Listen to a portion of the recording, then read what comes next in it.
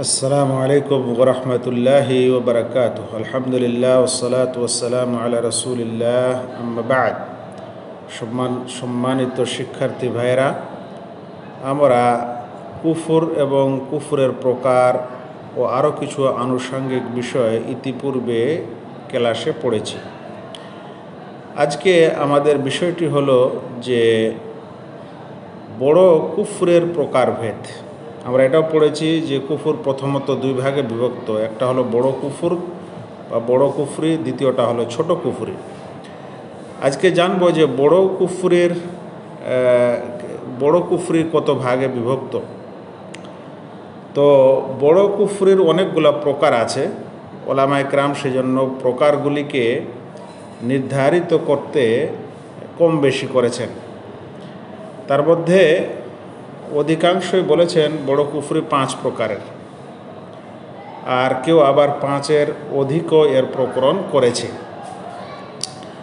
প্রকরণ কম বেশি যাই হোক, সবগুলো বিষয় যদি একটি প্রকারে যদি 2-3 ধরনেরও কুফরি চলে আসে, তাহলে তখন প্রকার কম হয়ে যায়। যাক, যে সকল কুফরের প্রকার আমাদের ওলামায়ে কেরাম বর্ণনা করেছেন, তার মধ্যে প্রথম প্রকার, আর এই প্রথম প্রকারটি কিসের? বড় কুফরির প্রকার। তো বড় কুফরির প্রথম প্রকারটার নাম হলো কুফরুল ইনকার। কুফরুল ইনকার, আর একে কুফরুত তাকযীব এও বলা হয়। কুফরুত তাকযীব এটাও বলা হয়, দুটি নাম, কুফরুল ইনকার বলুক কিংবা কুফরুত তাকযীব বলুক। এটা বড় কুফরের প্রথম প্রকার। কুফরুল ইনকার মানে ইনকার করার কুফরি, অবিশ্বাস করার কুফরি। কুফরুত তাকযীব মিথ্যা প্রতিপন্ন করা, নবীদেরকে মিথ্যা প্রতিপন্ন করার কুফরি। এই দুটিরই আপনি এভাবে শব্দ নিয়ে আসতে পারেন যে অবিশ্বাসের ফলে কুফরি, অবিশ্বাসের ফলে কুফরি করা, এটা প্রথম প্রকার। এই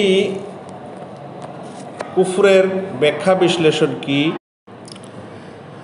তো এই কুফরুত তাকযীব বা কুফরুল ইনকার, সত্যিকারে এই প্রকারটি ইমানের যেটা আসল অর্থ, আল্লাহর প্রতি বিশ্বাস, তার রসুলদের প্রতি বিশ্বাস, যারা আল্লাহকে এবং তার রসুলকে অবিশ্বাস করে, এটা হলো এই ধরনের কুফর।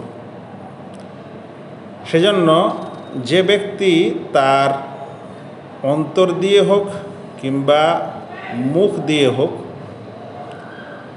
যদি অস্বীকার করে তাওহীদকে, ঈমানকে, রাসূলদেরকে, তাহলে সেটা হলো কুফরুত তাকযীব বা বড় কুফরির প্রথম প্রকার। আর এর সম্পর্কটা, এই কুফরের সম্পর্কটা রয়েছে যারা আল্লাহর অস্তিত্বকে বিশ্বাস করে না, রসুলদেরকে মিথ্যা মনে করে, রসুলদেরকে আল্লাহর রসুল বিশ্বাস করে না, অবিশ্বাস করে, এদের সাথে সম্পর্ক রয়েছে। তাই আল্লাহকে অবিশ্বাস করা কিংবা তার রসুলদেরকে অবিশ্বাস করা, সেটা বাহ্যত হোক কিংবা অভ্যন্তরীণ হোক, অন্তর দিয়ে হোক কিংবা উপরে উপরে কোনো বিশেষ বাহ্যিক বিশেষ কাজ দ্বারা হোক, তাহলে সেটা কুফরুল ইনকারে পরিণত হয়। এর দলিল হচ্ছে, আচ্ছা, দলিলের পূর্বে একজন পণ্ডিত আস-সামাআনী তিনি বলছেন, ফাকুফরুল ইনকার, ইনকারের কুফরিটি হচ্ছে এরকম, ওয়াহুয়া আল্লাহ ইয়ারিফিল্লাহ আসলান, যে মূলত আল্লাহকেই জানে না, ওয়ালা ইয়াতারিফু বিহি, আল্লাহকে স্বীকার করে না, আল্লাহকে মানে না। এটা হলো কুফরুল ইনকার বা কুফরুত তাকযীব। আল্লাহ তাআলা কোরআনে বলছেন সূরা আনকাবুত আয়াত নম্বর ৬৮, ওয়ামান আযলামু মিম্মান ইফতারা আলাল্লাহি কাযিবান আও কাযযাবা বিল হাক্কি লাম্মা জাআহু। তার চেয়ে বেশি জালেম অত্যাচারী কে হতে পারে যে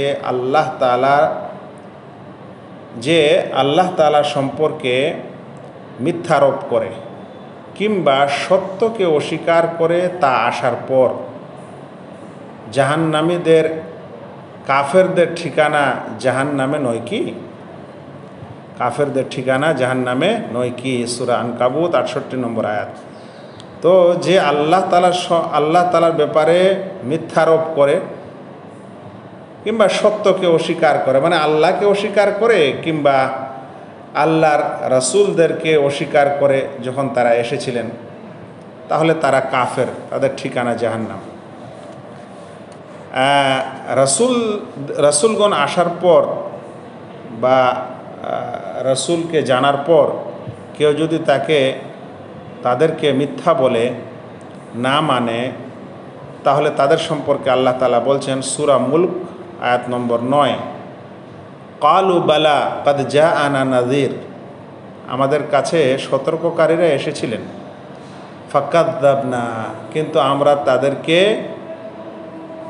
অবিশ্বাস করি, আমরা তাদেরকে মিথ্যা বলে মনে করি। ওয়া কুলনা মা নাযালাল্লাহু মিন শাই, এবং আমরা বলি আল্লাহ তাআলা কিছু নাযিল করেনি, অবতীর্ণ করেনি।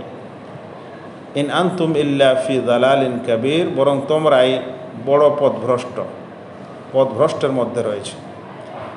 তাহলে এটা হচ্ছে কুফরুল ইনকার বা কুফরুত তাকযীব। তাহলে যদি আমরা দেখি আমাদের সমাজে এই কুফরকারীরা, যাদেরকে আমরা সাধারণত অমুসলিম বলি, কারণ সকল অমুসলিমের মধ্যে কিছু অমুসলিম আছে যারা আল্লাহর অস্তিত্বকেই বিশ্বাস করে না, যেমন নাস্তিকরা, জড়বাদী ও বস্তুবাদীরা। আর কিছু অমুসলিম আছে যারা মুহাম্মদ সাল্লাল্লাহু আলাইহি সাল্লাম শেষ নবী ও রসুল এটা শোনার পরেও ঈমান আনেনি, ঈমান এখনও নিয়ে আসে না। তাহলে এটাই হচ্ছে কুফরুত তাকযীব। উল্লেখ্য, ইহুদিরাও এই কুফরুত তাকযীবের অংশ, কারণ তাদের কাছে যখন মুহাম্মদ সাল্লাল্লাহু আলাইহি সাল্লাম আসলেন, মানে ওই ইহুদি যারা রাসূল সাল্লাল্লাহু আলাইহি সাল্লাম এবং তারপরে আছেন দুনিয়াতে, তাদের কাছে যখন রাসূল আসলেন তখন কিন্তু তারা আল্লাহ রাসূল সাল্লাল্লাহু আলাইহি সাল্লামের প্রতি ঈমান আনলো না। ফালাম্মা জাআহুম মা আরাফু কাফারু বিহি, যখন তিনি আসলেন তখন তারা তাকে চিনল না, বরং কাফারু বিহি, তাকে অস্বীকার করল। ফালানাতুল্লাহি আলাল কাফিরিন, তাই আল্লাহর লানত হোক কাফেরদের প্রতি। যারা অস্বীকার করলো তাদের প্রতি আল্লাহ লানত দিচ্ছেন এবং তাদের কাফের বলছেন। 89 নম্বর আয়াত সূরা বাকারা। এইভাবে ফেরাউন, তার কাছে মূসা এসেছিলেন এবং ফেরাউন জানছিল যে এটা রসুল, কিন্তু তারপরও সে অস্বীকার করলো। ওই জন্য আল্লাহ তাআলা বলেছেন তার সম্পর্কে যে ওয়াজাহাদু বিহা ওয়াস্তায়কানাতহা আনফুসুহুম, তারা তাকে অস্বীকার করে কিন্তু তাদের অন্তর সেটাকে স্বীকার করে, মানে আন্তরিকভাবে তারা জানতো।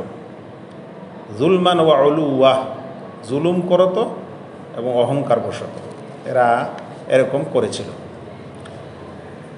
তাহলে আমরা আলোচনাগুলির সারাংশ এভাবে বের করতে পারি যে বড় কুফরি কয়েক প্রকারে বিভক্ত। তার মধ্যে প্রথম কুফরের নাম হচ্ছে কুফরুল ইনকার বা কুফরুত তাকযীব। আর এই কুফরুল ইনকার ও কুফরুত তাকযীব মানুষের জবান দ্বারাও হতে পারে, বিশ্বাস অন্তরের মাধ্যমেও হতে পারে। আসলে এটা ওই কুফর যারা আল্লাহকে বিশ্বাস করে না কিংবা আল্লাহর রসুলদেরকে অবিশ্বাস করে। যারা এরকম করে তারা কাফের হয়ে যায়। উল্লেখ্য, কেউ যদি মুসলিম ঘরে জন্ম নেয় তাহলে স্বভাবগতভাবে তাকে মুসলিম মনে করতে হবে। কিন্তু সেও যদি আল্লাহকে অবিশ্বাস করে কিংবা রাসূল সাল্লাল্লাহু আলাইহি সাল্লামকে অবিশ্বাস করে এবং রাসূল সাল্লাল্লাহু আলাইহি সাল্লাম যা বিধান নিয়ে এসেছেন সেগুলোকে অবিশ্বাস করে, তাহলেও সে এই কুফরের অন্তর্ভুক্ত হবে। আজকালে এর সংখ্যাও কম না, মুসলিম সমাজে এই ধরনের লোকও পাওয়া যায়। এটা ছিল বড় কুফরের প্রথম প্রকার। এই প্রকারটি সাধারণত স্পষ্ট, আমাদের অধিকাংশ মুসলিমের কাছেই আমরা এটাকে কুফর মনে করি। এরও কিছু ব্যাখ্যা বিশ্লেষণ আছে। যারা কাফেরকে কাফের মনে করে না, এই সকল প্রকৃত কাফেরকে কাফেরই মনে করে না, এদেরকে কাফের মনে করে না এবং এরা জাহান্নামে যাবে এটাও বিশ্বাস করে না, বা এদের ধর্মটা ভুল বা এদের ধর্মটা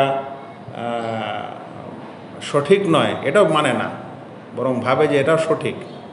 তাহলে এই সময়ে এরকম ব্যক্তিরাও এই কুফরের অন্তর্ভুক্ত হবে, যেরকম অনেক আলেম ওলামাই এ সকল কিছুর ব্যাখ্যা দিয়েছেন। যাই হোক, এই কুফরের বিষয়গুলি আপনাদেরকে নিজে কোনো ইজতিহাদ করার দরকার নেই, বরং খুব সংক্ষিপ্ত আকারে এবং সাধারণভাবেই বিষয়গুলিকে উপস্থাপন করতে হবে এবং মনে রাখতে হবে। কুফরুল ইনকার ও তাকযীব, যেটা আমরা আজকে পড়লাম, কুফরের প্রকারগুলোর মধ্যে এটা স্পষ্ট। তবে এরপরের যেগুলো প্রকার আছে সেগুলো এমন কুফরি যেখানে মানুষ মুসলিম হওয়ার পরেই কুফরি করে, আর এটা হচ্ছে মূলত কুফর, মূলতই ওরা কাফের, আসলেই ওরা কাফের অন্তর্ভুক্ত। আর এর পরের প্রকার যেগুলো পড়ব সেগুলা মূলত তারা ইসলামে আছে, কিন্তু তাদের কিছু এরকম কর্মকাণ্ড যে কারণে তারা কুফরে চলে যাচ্ছে। তো আজকের পড়া এখানেই থাকলো। এই নোটের সাথে সাথে যে আয়াত এবং আয়াত নম্বরগুলি আমি বললাম সেগুলো আপনারা গুগল থেকে হোক বা কোরআন মজিদ খুলে হোক বের করবেন। করার পর যদি গুগল থেকে পারেন তাহলে পেস্ট করে দেবেন এই গ্রুপে, কিংবা আপনার নোটে যদি আপনি আরবি লিখতে পারেন। আর আরবি যদি লিখতে না পারেন তাহলে তখন ওর বাংলা অনুবাদটাও আপনি এই কুফরের ব্যাখ্যার সাথে সাথে লিখবেন ইনশাআল্লাহ। আশা করি বুঝেছেন ইনশাআল্লাহ। বাকি খুবই গুরুত্বপূর্ণ বিষয় আগামীর ক্লাসে আসবে, যেখানে মানুষ বা মুসলিমও কিভাবে কাফের হয়ে যায়, তখন ইনশাআল্লাহ বিষয়টি আরও স্পষ্ট হবে। আসসালামু আলাইকুম রহমতুল্লাহ।